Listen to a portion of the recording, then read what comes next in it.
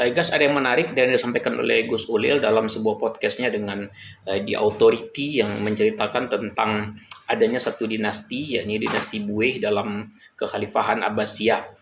Tampaknya di situ barangkali saya akan mencoba sedikit menambahkan penjelasan supaya supaya pendengar kira-kira bisa memahami bagaimana kenapa sampai ada sebuah dinasti dalam dinasti. Kita tahu bahwa kerajaan Abbasiyah atau dinasti Abbasiyah itu berdiri pada tahun 750 Hijriah menggantikan kerajaan Bani Umayyah.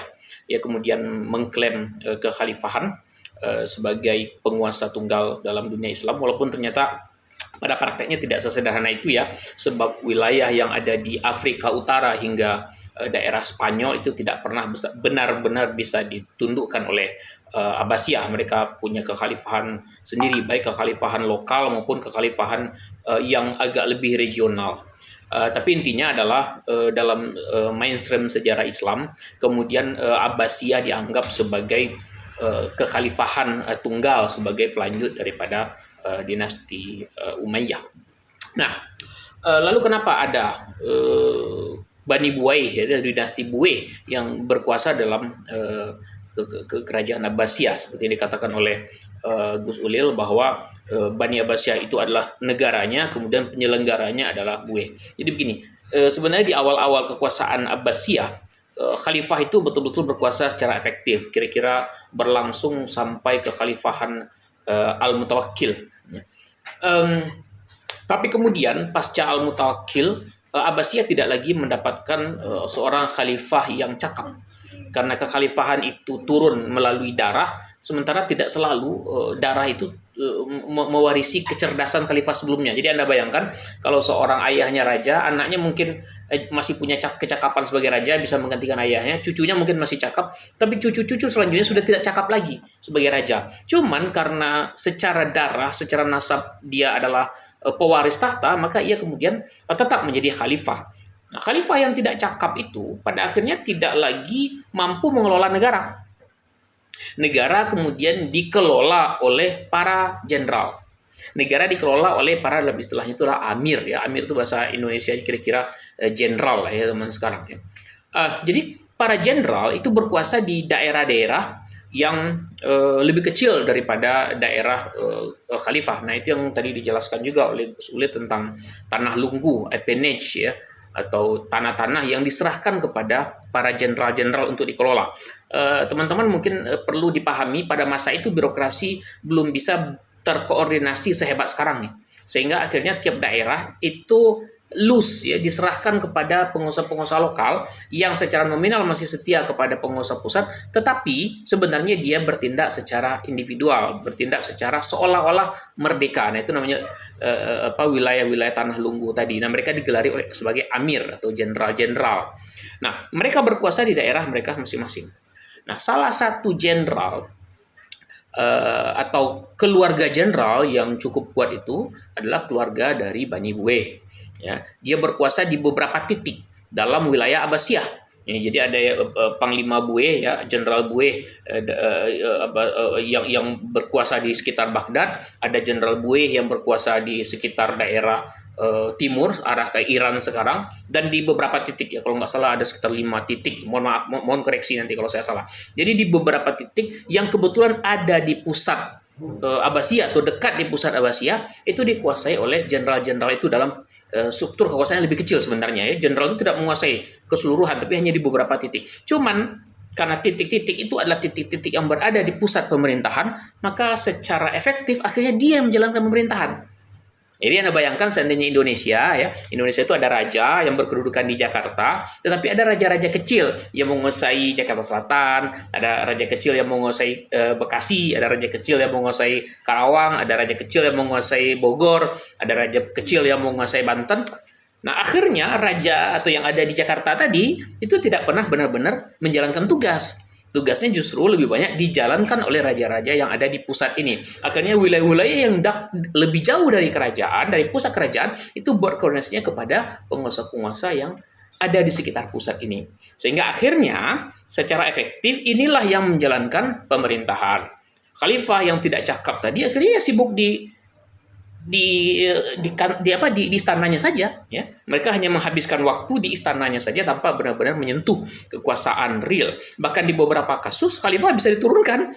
Bila para panglima ini mengatakan mereka sudah berpikir khalifah tidak layak, mereka bisa ganti khalifah itu dengan pihak lain. Nah, para panglima-panglima dari Bueh ini secara kolektif akhirnya kan dalam jaringan kekeluargaan mereka akan menjadi terhubung satu sama lain dan menjadi sangat berkuasa di beberapa titik. Nah, itulah yang terjadi sehingga kenapa dalam negara Abbasiyah ada dinasti Bueh yang berkuasa atau dinasti Buaihi yang berkuasa dan kebetulan dia bermadhab Syiah. Nah, Buaihi itu tidak berkuasa sepanjang masa Abbasiyah. Tepat yang dikatakan oleh Gus Ulil, dinasti Buaihi kemudian runtuh sekitar di abad ke-10. Karena apa? Karena konflik di antara mereka yang juga terjadi di antara para amir-amir Bueh atau para jenderal-jenderal Bueh di beberapa kerajaan-kerajaan kecil ini, konflik. Lalu muncul penguasa baru. Namanya dinasti Saljuk. Nah, dinasti Saljuk ini berbeda dengan Bueh. Bueh itu Persia, Syiah, sementara Saljuk ini Sunni. Sama seperti Bueh sebenarnya, para Saljuk itu mereka berkuasa di dalam negara Abbasiyah di negara-negara kecil yang kebetulan berada di pusat Abbasiyah, di keamiran-keamiran kecil yang kebetulan berada di pusat Abbasiyah. Khalifah juga sibuk dengan dirinya sendiri karena juga tidak cakap. Negara dijalankan oleh Bani Saljuk. Kita tahu tokoh yang disebutkan oleh Gus Ulil, Imam Al-Ghazali. Imam Al-Ghazali itu hidup di masa Abbasiyah tapi bukan bekerja kepada Abbasiyah.